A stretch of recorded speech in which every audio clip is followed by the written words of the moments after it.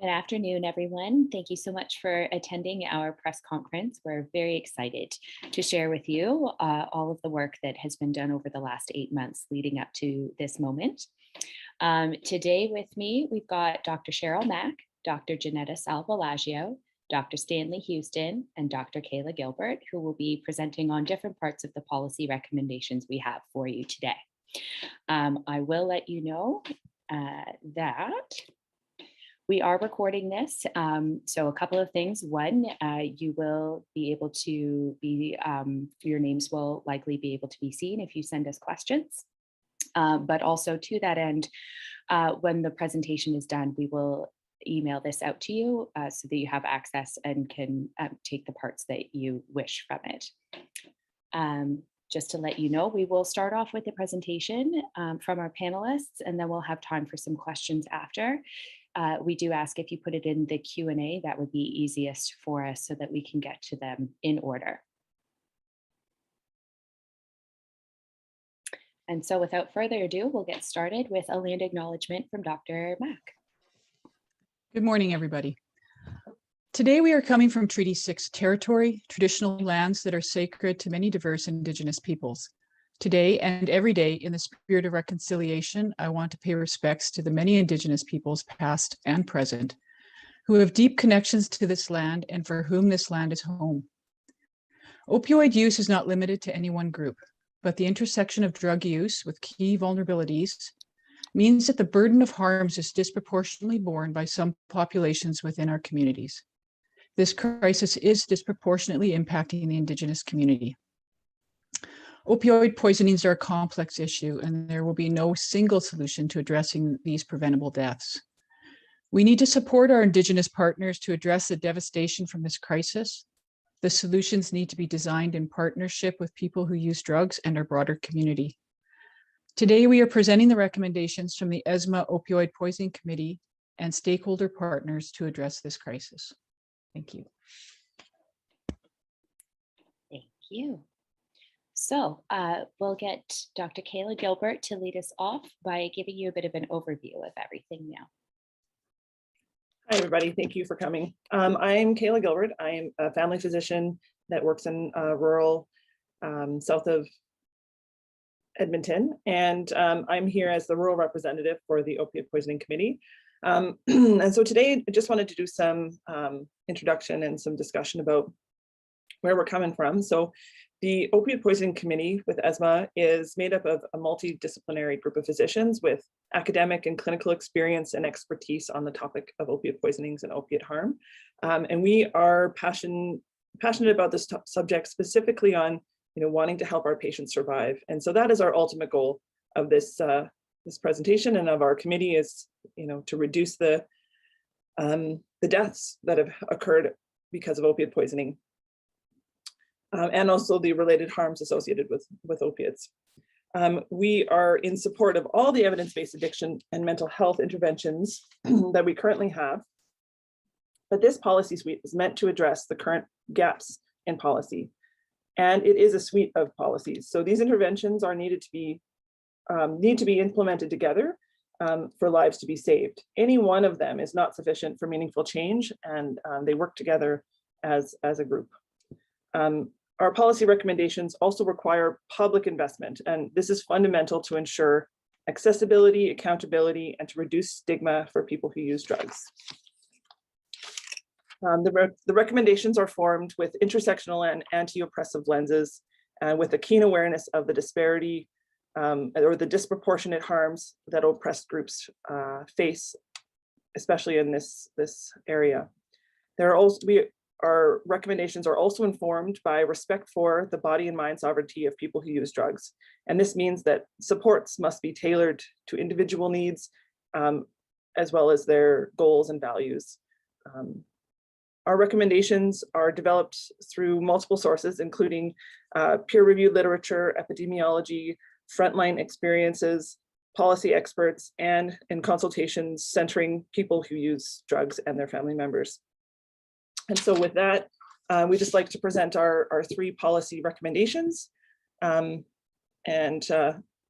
This infographic kind of just illustrates the complexity of the problem that we're facing. And we realize that we can't address all of these things all at once. And so what we wanted to do was provide some guidance and direction and some recommendations on some of the gaps we see in our current policy and our current approach to this crisis in our province and in our city. So that's kind of the difficult situation we're in, and we're hoping to provide some actionable steps forward. Thank you.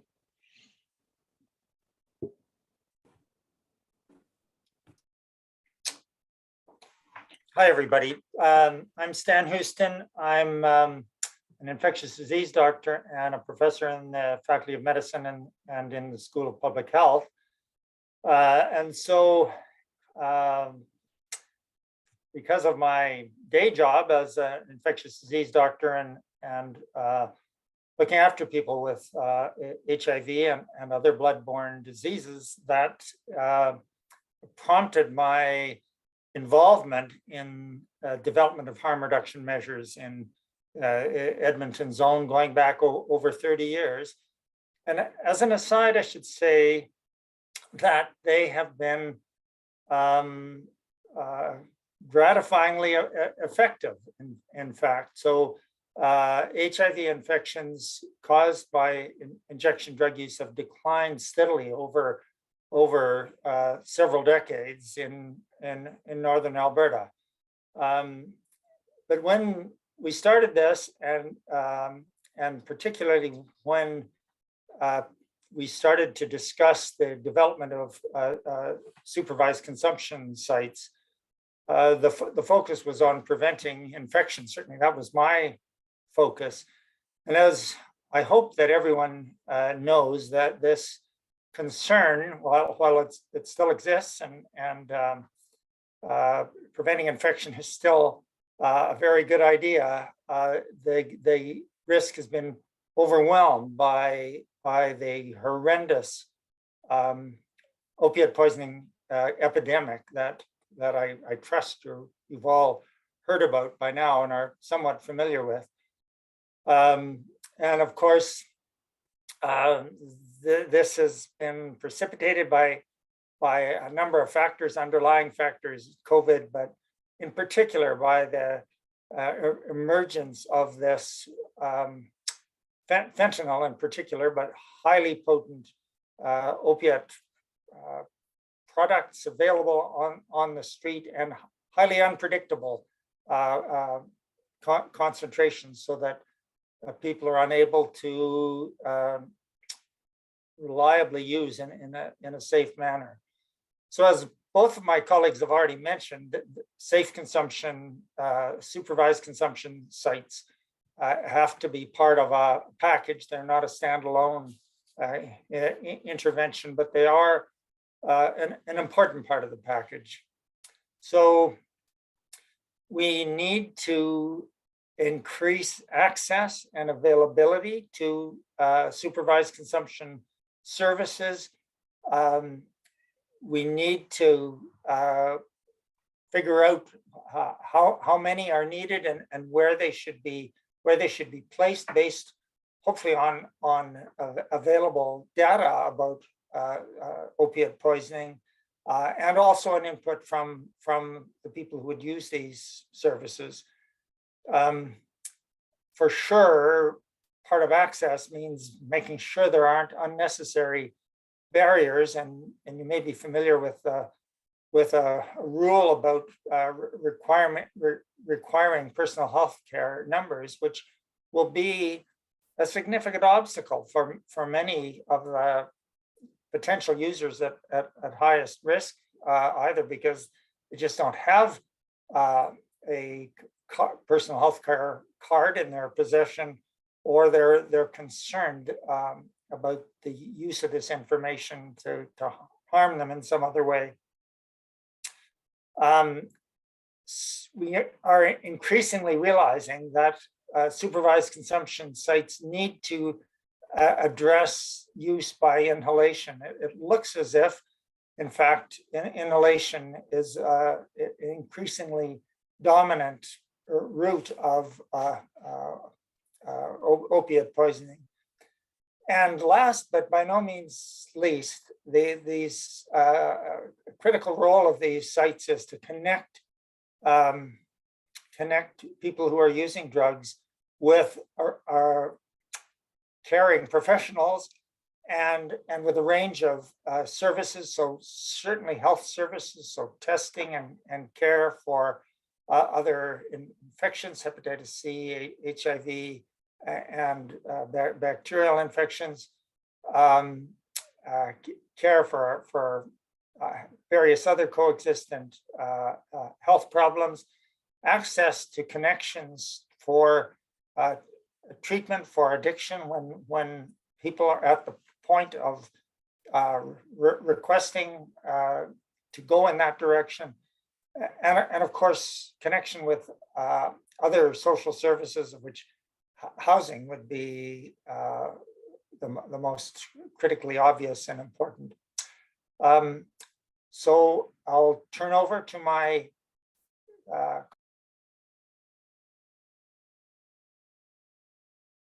Thank you, Stan, very much for sharing our recommendations around supervised consumption sites. My recommendation here, the next one on the docket, is around safer supply. As you know, it's a very active conversation in our province right now. Certainly a conversation that cannot be ignored and that must be considered. And once again, I will reiterate, as have my colleagues, we recognize there is no such thing as a single-armed intervention that's going to be effective here.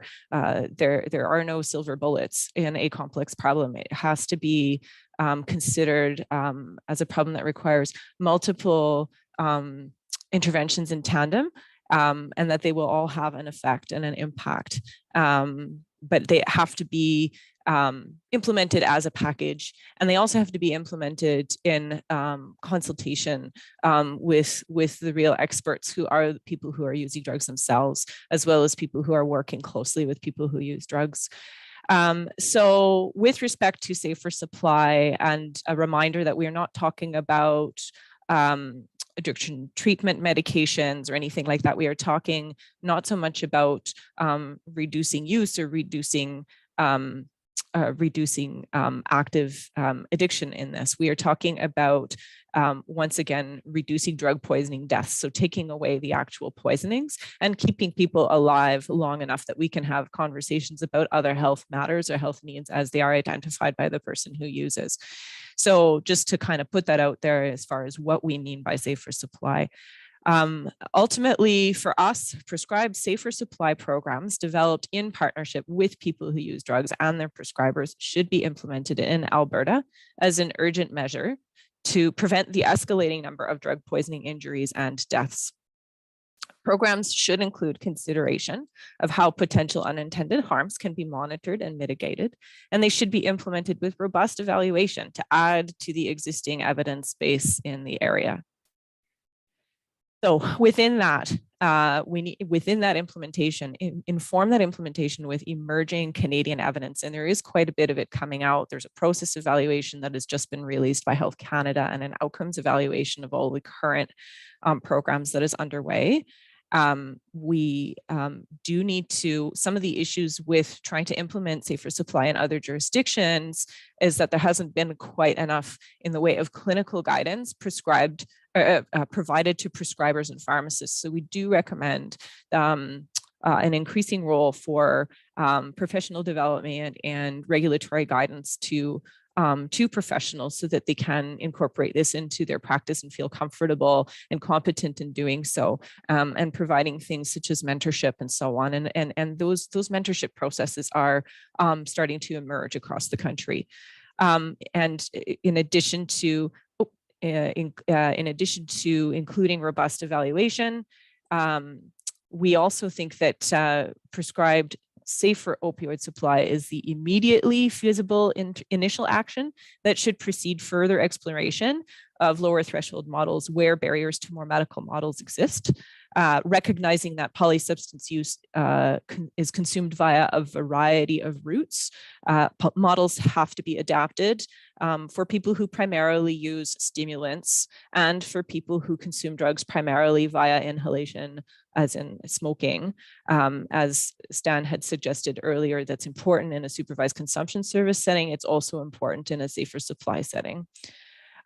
This really, really matters to me and my patients. I know of people who I have cared for who have experienced poisoning events and poisoning deaths as a result of the toxic supply. I do think of them in developing these recommendations, thinking about what if we had had access to a truly open-ended and transparent form of safer supply in this province, as well as the other interventions that we're speaking about today. Thank you very much. I'll hand things over to Dr. Mack again. Thanks, Ginetta. So I'm going to be discussing our recommendations for decriminalization. And when we discuss decriminalization, we're talking about drug possession for personal use. Now, we need to really ask ourselves what our laws are intended to achieve, and are they the best tool we can come up with for managing what is essentially and critically a health issue in a public health crisis. Arguably, some of our laws create the conditions for opioid deaths to occur and for our communities to feel less safe for everyone, for people who use drugs and for people who do not. So as an example, we can point to the recent uproar over the city of Edmonton closing washrooms in the transit system and the unintended consequences of our current approach. That decision does not address the actual issue of why people choose a bathroom to use drugs. It's certainly not a safe environment to use drugs, especially in the context of our poison drug supply. Would people choose to use drugs in an LRT bathroom and risk death alone if they had safer options? By criminalizing drug use, we push its use into these unsafe spaces. By the criminalization of possession, we make it less likely that people will travel with their drugs to a safe consumption site. We make it less likely that people will seek shelters when they are unhoused, because carrying their drugs with them is a crime. Access to shelters with their drugs may be limited. Criminalization further stigmatizes a population who is already marginalized. It creates barriers to participation in our society, to employment, to being housed, and to seeking healthcare.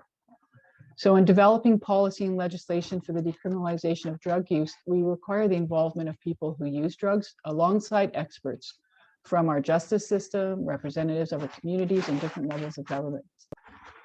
When we take care of our most vulnerable, we take care of our entire community. And so our recommendations are a start. And so, like I said, our recommendations here are for the decriminalization of drug possession for personal use and to develop this legislation in partnership with people who use drugs. And along the lines of what I was saying about the barriers to participation in our society, we highly recommend the end of incarceration and the expunging of records for possession offenses, and work in close concert with our law enforcement officers. And we want to empower municipalities to implement interim decrim zones as needed, as quickly as possible, looking for guidance from other municipalities who are already doing so. Vancouver and Toronto would be examples. I think that's it for me, and I will now, I think it jumps to Jennifer, or does it jump back to Ginetta? Yeah, no, I was going to talk about number 4, which really ultimately, this is something that came up in our early deliberations about, as a committee, about what do we need to move forward? And overwhelmingly, absolutely everybody right out the gate said, we don't have all the data we need. The public don't have the data they need in order to be able to mobilize an effective response. So the poisoning response more broadly require a government commitment to sharing timely and local data accessible to all Albertans in order to refine the response to adapt to emerging trends. We do applaud existing government efforts to optimize the Alberta substance use surveillance system, and there is certainly a wealth of data on that platform, and we do appreciate it. We do know that platform has the potential to be more powerful. And we do know that until mid-2020, there were additional data points that were publicly available in order to mount an effective response. So the dashboard could be improved with respect to timeliness. We know that COVID-19 has shown us that this is possible, provided that the Office of the Chief Medical Examiner is adequately resourced. Unfortunately, they have been hit with a much larger volume of poisoning deaths and are under-resourced to be able to provide timely updates.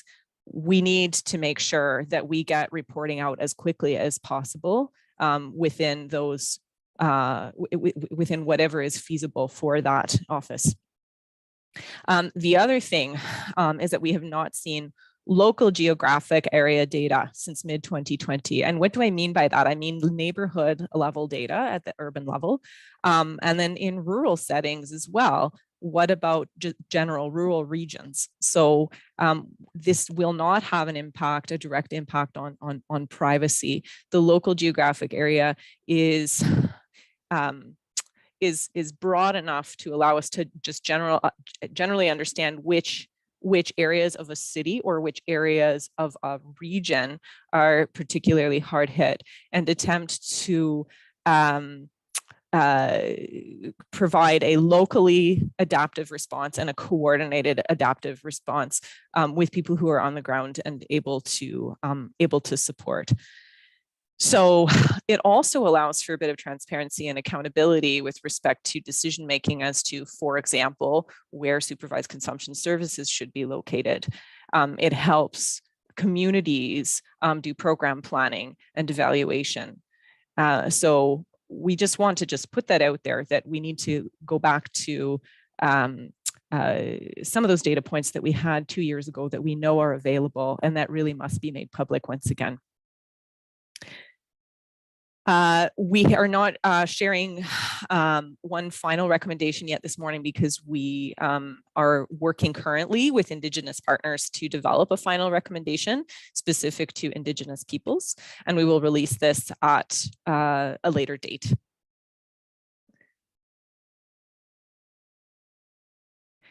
Jen, if you can just move forward to the next slide. Yeah, and so a copy of our full, more technical document with the evidence base and references and so on, and in action details will be provided following today's briefing.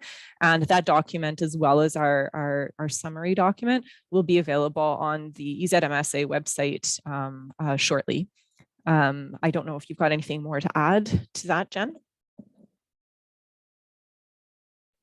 Other than to unmute myself. No, that was what I was going to share with everyone. So we will be sending both of these documents around later following the presentation. And of course, everyone would have received the first draft of our summary document, which has been slightly updated since we sent that a couple of days ago. So we will be making that available as well. So I'm going to stop sharing my screen now, and we're going to open the floor to questions. Again, just a reminder to please type your question into the Q&A section so that I can pass them along to the panelists and they can respond.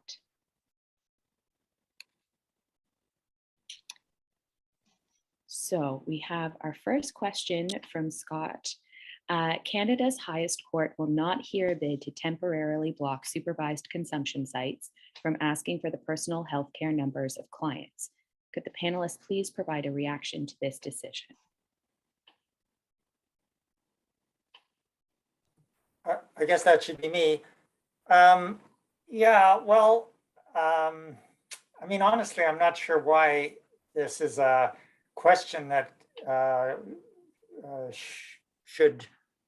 needs to go to a court. I mean, if we had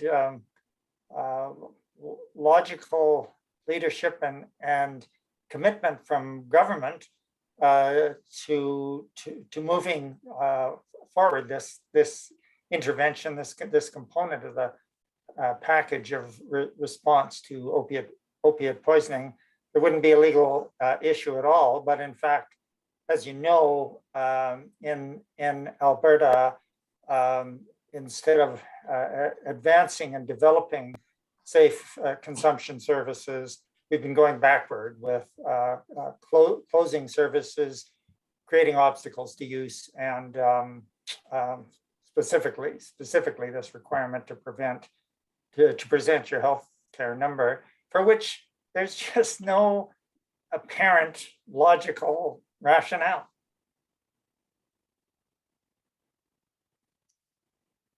Okay, thank you. Our next question is from Morgan. Could you please provide what your next steps for these recommendations are? Will you be taking them to the province, local leaders, etc.? Maybe I'll start with that one. Thank you for the question. Yeah, certainly we've been in contact, and we'll make these recommendations freely available to all elected officials across all 3 levels of government who are interested in reviewing them. So we have certainly reached out at the municipal level here in Edmonton, as well as at the provincial level with government and opposition caucuses. Just it's freely available to them as well. And we also have connected where it's appropriate with our local federal members of parliament, as I know that there is a conversation there around such matters that are under federal jurisdiction, such as decriminalization. We look forward to sharing them with our physician colleagues as well, and with the public more generally. And we're happy to follow up with anyone who wishes to have a conversation.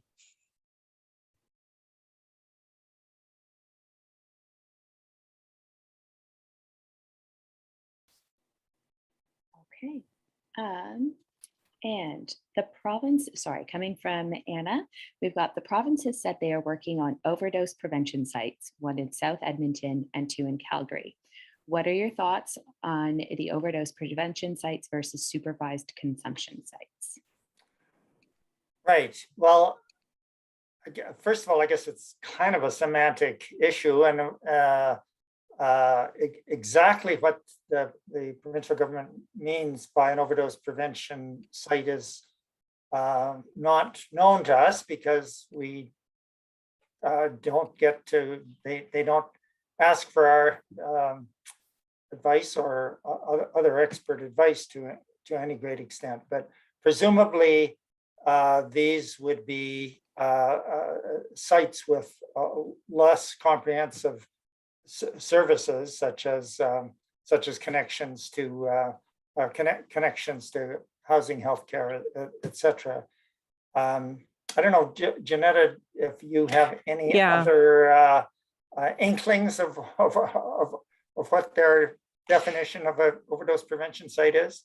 Right. I mean, it's a pretty, so, I mean, when we talk about supervised consumption services, yes, they tend to be more standing bricks and mortar facilities, sometimes embedded, sometimes not. The overdose prevention sites do play an important role. They can be more rapidly mobilized to mount a response where there's an emerging need.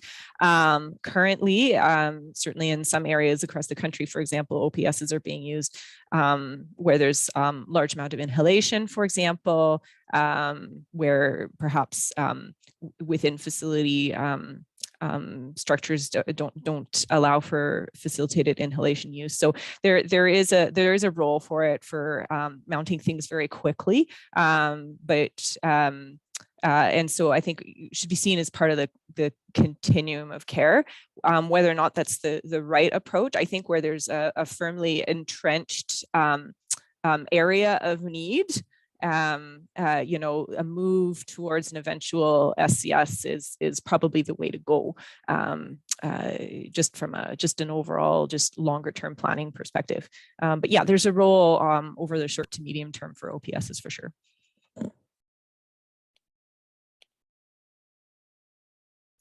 Okay, and our last question that we've got so far is coming from Morgan again. And how essential is the data to all of these recommendations? Are you able to implement changes without the specific neighborhood data, et cetera? It looks like that's me again, but I will open the floor up to my colleagues as well about how data would help them in their practice, perhaps if they wish to speak to that, because there's been dearths of data, for example, on the rural side. But I'll just with respect to how it can be used, certainly some of our recommendations can be implemented regardless. Things like decriminalization, for example, things like accessibility and a commitment to exploring safer supply. But as far as where to locate programming, especially for immediate overdose responses, such as supervised consumption services and OPSs, I think it's really important for us to have that data and have that data on a regular and ongoing basis in order to pivot properly. Just as we saw with COVID-19, we need that data as quickly as possible, as real time, in order to understand what levers needed to happen within the system.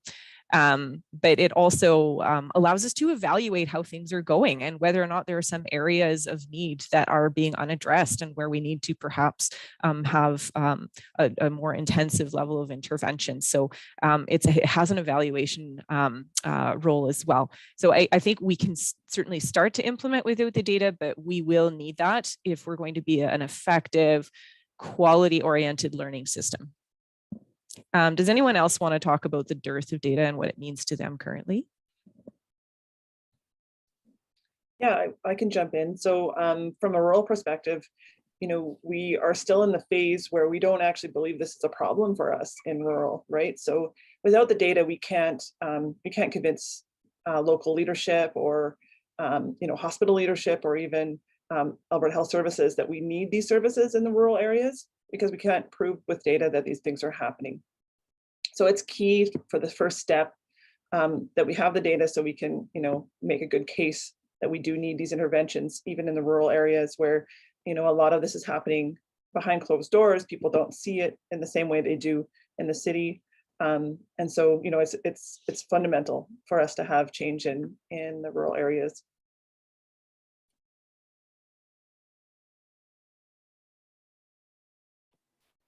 All right, excellent, thanks. We have two more questions here. So the first one is, could you expand on safer supply and what specific drugs you would like to see offered if there was such a program?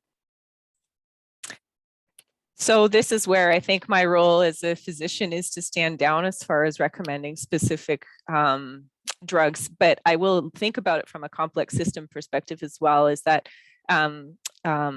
the drug supply is changing on a constant basis. And so for me to recommend specifics now that may or may not be the right specifics later, it's really tricky. What I can tell you is that other programs have the most experience with such things as hydromorphone, but that's not the only experience that they have. And what some of the programs also found out through their early evaluations is that helps reduce a lot of harms associated with the toxic drug supply, offering some of those, some of those medications, but that the reductions in harm were stronger. They were more palpable when more options were available. And so ultimately, at the end of the day, what is being offered should be co-developed with people who are using drugs who have a solid understanding of what is in the supply, and also looking at the toxicology statistics as well. I think we need to start somewhere, and certainly there are some specifics that some programs are using, and we certainly can start there, but I think we need to be very adaptive going forward as to what is being offered.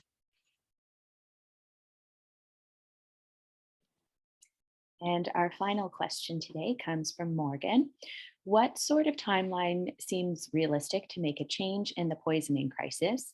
How long might it take to see real change within Alberta?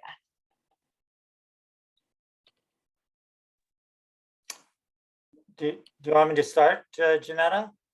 Well, at the moment, the opiate poisonings are increasing rapidly, so slowing the increase and stopping the increase would be progress.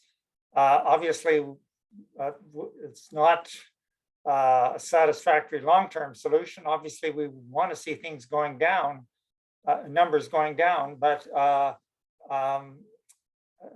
as I say, making a change in the current rapidly rising curve would be the first expectation, and I mean, it's a bit like COVID, because this is an unprecedented public health event, and it's pretty hard to predict exactly where things are going and how effective interventions would be. But I would like to think that if we could bring to bear some of the interventions that we have just spoken about in an effective way, that we could start to see the first changes that I've alluded to within, I don't know, a few months.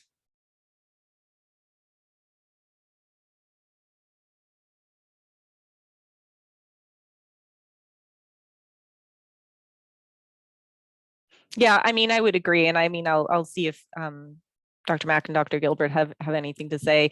I mean, any death is too much, and there's no reason for these. These are preventable, and these are premature deaths, and they're causing incredible amounts of grief. And I think the sooner the better. Obviously, we're realistic. We recognize that policy takes time, but just I would say right now we've got this. The next few months are an important window of time for us to have these crucial conversations. People are paying attention from from an elections perspective. For example, I think it's really important time for us to speak with candidates as the members of the public. It's important for us to speak with our candidates, speak with our current elected officials, and say, okay, these are the issues. This is where the evidence base is at, and what is your party going to do with respect to this, and how is this going to be a part of your platform, and how are you going to help people stay alive? But it also, I mean, I have to say, I mean, we also have to have conversations with the feds and with municipal levels of government, and they are listening. And I think now is a really important time. I would say it's a matter of the next few months that we really just have to, get some action. I think it's a great question. But, I sit there, we're seeing the deaths. And so we're quite aware of the crisis, but, this is a question I think that really needs to be put to the government, because what do they see as the sort of timeline that needs to be put in place to address these deaths? Because right now we haven't been making a dent, and they're actually increasing. So I would like to hear from the government what they think is the best timeline to approach this problem. And so that would be both sides of our government, all levels of government. Because, we're the doctors making recommendations. They're the ones with the power to put all of these in place. So first they have to listen to not just us, because but all of the stakeholders in place, but they have to put together a realistic timeline. So I think this is a question for them. Thanks.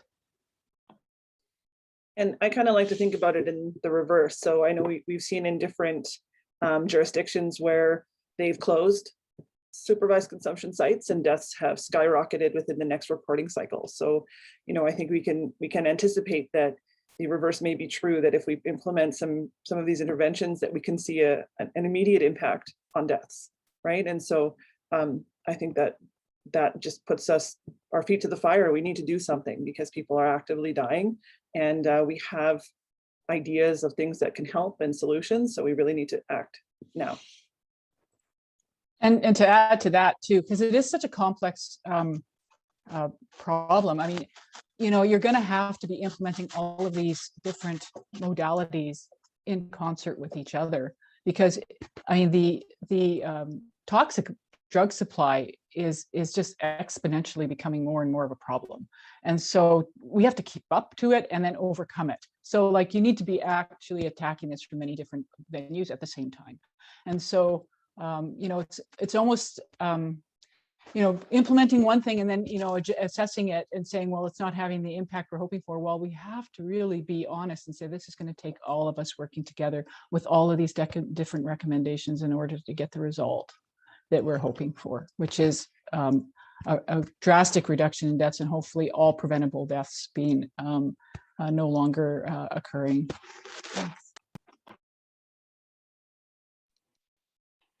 All right. Well, thank you everyone for attending today. We'll leave it there unless any of our panelists have final thoughts to share before we wrap up for the day.